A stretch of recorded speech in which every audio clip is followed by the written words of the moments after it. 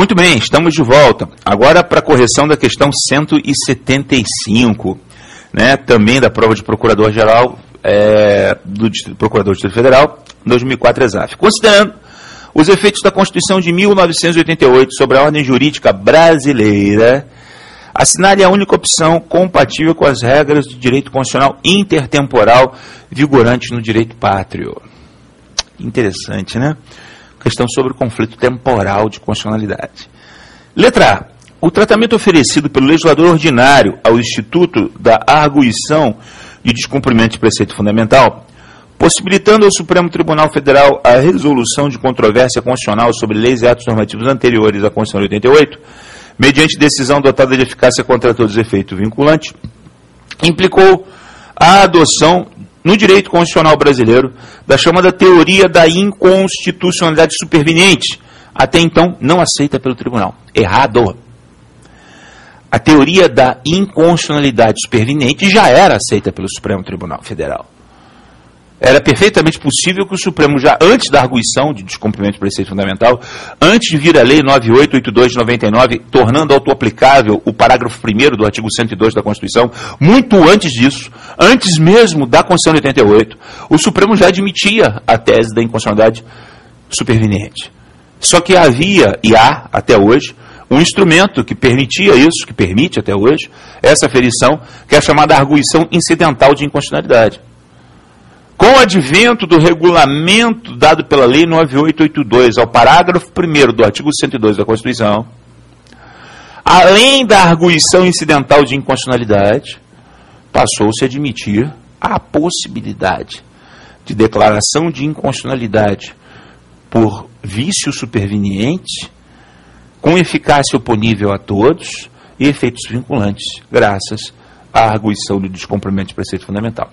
Então, hoje eu tinha um único caminho antes, a arguição incidental, hoje eu tenho dois caminhos para aferir a compatibilidade material de determinada lei anterior à Constituição com a carta superveniente. Então, a assertiva vinha muito bem, perfeita, quando ela chegou aqui no finalzinho e disse assim, né, implicou a adoção no direito constitucional brasileiro da chamada teoria da inconstitucionalidade superveniente, até então não aceita pelo tribunal, esculhambou a assertiva, porque era possível, antes da DPF, antes da sua regulamentação, que o Supremo reconhecesse que uma determinada lei restou não recepcionada. É claro que, nesse caso, o Supremo sempre defendeu do artigo 52, inciso 10, do Senado Federal, da edição daquela resolução suspensiva, para que essa decisão dele produzisse eficácia legislativa, portanto, oponível a todos.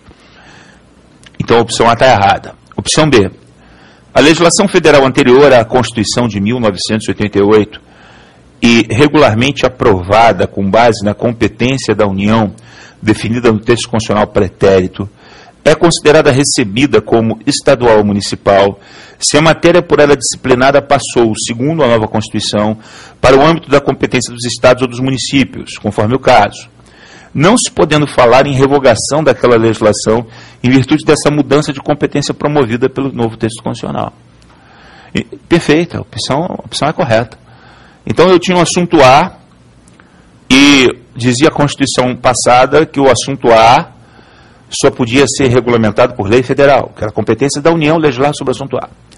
Aí vem a Constituição nova, repete o assunto A, não cria o assunto ali, o assunto B, assunto A, de novo, igualzinho, mesmo conteúdo material, e diz que compete ao município legislar sobre o assunto A. O que acontece com a lei ordinária federal que regulamentava o assunto A antes de 88? Se presume recepcionada com status de lei municipal. Ou seja, à medida em que cada município for elaborando a sua respectiva lei sobre o assunto A, já que a competência agora é municipal, naquele município aquela lei ela é revogada. E assim sucessivamente até que a lei A seja revogada, a lei A federal anterior, seja revogada em todos os municípios, ou se for o caso, em todos os estados da federação. O que me preocupa aqui é que você perceba que isso é uma exceção. A ideia é que o normal seria que essa recepção não ocorresse, mas aplica-se o princípio da economia legislativa, né? E se aproveita a lei federal com status de lei municipal ou de lei estadual, conforme o caso. Portanto, o gabarito dessa questão é a opção B. Vamos à opção C. Em virtude do reconhecimento pelo Supremo Tribunal Federal de que os Estados-membros podem, com base na Constituição atual, adotar medidas provisórias com força de lei, ficaram convalidados os decretos-leis estaduais aprovados na vigência da Constituição anterior, que vedava a adoção dessa modalidade legislativa por parte de tais entes federados. Aqui a gente está confundindo alhos com bugalhos, né? O fato é que o Supremo, efetivamente, analisando lá 3 leis ordinárias do Estado de Tocantins, estabeleceu, consignou na sua jurisprudência, que os Estados-membros, após a Carta de 88, poderão, é facultado aos Estados-membros adotarem medidas provisórias no âmbito do seu processo legislativo. Isso é um fato. Também é fato que, sob a égide do sistema constitucional anterior, havia uma espécie normativa chamada decreto-lei, que foi hoje substituída pela medida provisória, e havia um mandamento dizendo que as constituições estaduais não podiam editar decretos-leis. O decreto-lei só podia ser editado pelo presidente militar. Isso também é fato. Mas confundir o decreto-lei com a medida provisória, o regime jurídico dos decretos-leis no sistema constitucional pretérito, com o regime jurídico das medidas provisórias no sistema constitucional atual, é inviável. É inviável. Você pode até dizer que a medida provisória ela é a sucessora do decreto-lei. A gente até vai concordar com isso. Existe um livro muito interessante de um autor do Paraná, Clemerson Merlin Cleave, e o professor Clemerson Merlin, ele tem um livro, Medidas Provisórias, em que ele faz todo esse histórico, um livro excelente, e demonstra realmente que a medida provisória é a sucessora do decreto-lei. Hoje, como eu já expliquei, são 3 instrumentos que permitem ao chefe do Poder Executivo legislar atípico positivamente: a lei delegada, o decreto autônomo e a medida provisória. Mas isso não autoriza dizer que porque essa decisão do Supremo que reconhece que a medida provisória é possível e acessível aos Estados, então todos os decretos-leis estaduais estão convalidados. Evidentemente que não. Então essa opção está errada, né? É interessante como o Supremo chegou à conclusão de que as medidas provisórias podem ser adotadas pelos Estados. Ele fez uma anamnese do artigo 25, o Supremo analisou o artigo 25 no seu parágrafo 2º, onde a Constituição da República proíbe a adoção de medidas provisórias para regulamentar os serviços de distribuição de gás canalizado, que é uma competência do Estado. E o Supremo raciocinou da seguinte maneira: ora, se o Constituinte proibiu que os Estados adotassem medida provisória para esse assunto específico, tacitamente o Constituinte está admitindo que os Estados podem adotar medidas provisórias. Então foi esse o raciocínio que levou o Supremo a interpretar a Constituição de forma sistêmica para dizer que os Estados poderão adotar. Alguns Estados adotam, a grande maioria não. Mas todos podem adotar. Depois vale até a pena você pegar aí a Constituição, só por curiosidade, né, pegar a Constituição do seu Estado, né, e dar uma folheada lá em processo legislativo, ver se o seu Estado adota medida provisória, se o governador do seu Estado tem o poder de editar medida provisória em casos de relevância e urgência. Mas por curiosidade mesmo, mas a opção está errada. Opção D. A declaração em arguição de descumprimento de preceito fundamental de que uma determinada lei não foi recepcionada pelo texto constitucional torna aplicável a legislação anterior por ela revogada a caso existente. Não se admite aí um efeito repristinatório. Quando o Supremo decide, com efeito erga omnes e vinculante, que determinada norma anterior à Constituição ela não restou recepcionada, a norma é revogada. Isso aconteceu numa DPF, acontece toda hora em DPFs, né? Mas na DPF que a gente já comentou aqui sobre a lei de imprensa, a lei 5.250 de 67. O Supremo entendeu ela não recepcionada agora, em 2009. Então, de 88 a 2009, os atos praticados sobre a vigência dessa lei são atos válidos. O Supremo conferiu eficácia ultrativa a essa declaração de não recepção por incompatibilidade material supervenientemente percebida pelo STF. Então, a opção D também está errada, né? Também está errada. A opção é: a lei posterior à Constituição de 88, mas anterior à reforma desta Carta, validamente promovida por emenda constitucional, com a qual a referida lei é materialmente incompatível, é considerada revogada para todos os efeitos apenas a partir do instante em que o Supremo Tribunal Federal reconhece tal situação, em decisão definitiva proferida em recurso extraordinário ou em arguição de preceito fundamental, e não a partir da entrada em vigor daquela emenda. Não, a lei vai ser considerada não recepcionável a partir da entrada em vigor. Quer dizer, todos os efeitos que ela produz, Se mais adiante o Supremo diz que ela não foi recepcionada por emenda, todos os efeitos que a lei produziu, da publicação da emenda, da sua vigência plena, se ela não tiver um período de vacácio legis, porque a gente já viu que emendas constitucionais podem ter período de vacácio legis, embora isso não seja comum, em alguns casos tem que ter período de vacácio legis, o caso do princípio da anterioridade, regra ou anterioridade nonagesimal. Então você acaba tendo um hiato, né? Um hiato de relações jurídicas que foram disciplinadas por essa lei de forma inconstitucional. Então a tendência, o natural é que a decisão do Supremo, ainda que ocorra meses depois, anos depois, venha a retroagir, né? Isso não ocorre, ou não ocorreu com a Lei 5.250, que o Supremo, para evitar problemas, né, até porque é uma lei que definia crimes, enfim, crimes de imprensa, conferiu efeito ultrativo, modulou os efeitos para frente e não para trás da sua decisão nessa DPF.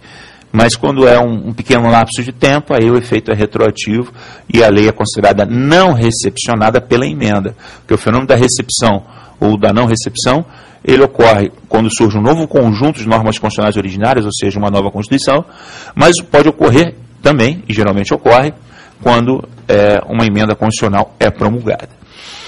Então, a única opção cabível na questão 175, uma questão trabalhosa, mas muito interessante, é a opção B de bola. Vamos à questão 176. O Estado de Direito é princípio fundamental da ordem constitucional brasileira, e na Constituição de 88 está densificado por uma série de outros princípios constitucionais que lhe revelam conteúdo, conforme preconiza a doutrina do direito constitucional. Com base nisso, aponte abaixo a única opção correta em relação ao conteúdo constitucional do referido princípio. Princípio do Estado de Direito, né, que é o princípio do Estado constitucional democrático de direito, né? Letra A. A configuração constitucional do princípio do acesso à justiça quanto aos beneficiários do direito de assistência jurídica integral gratuita é prestada pela Defensoria Pública ou por quem lhe faça às vezes. Apenas obriga o Estado a efetuar esse serviço aos que comprovarem insuficiência de recursos.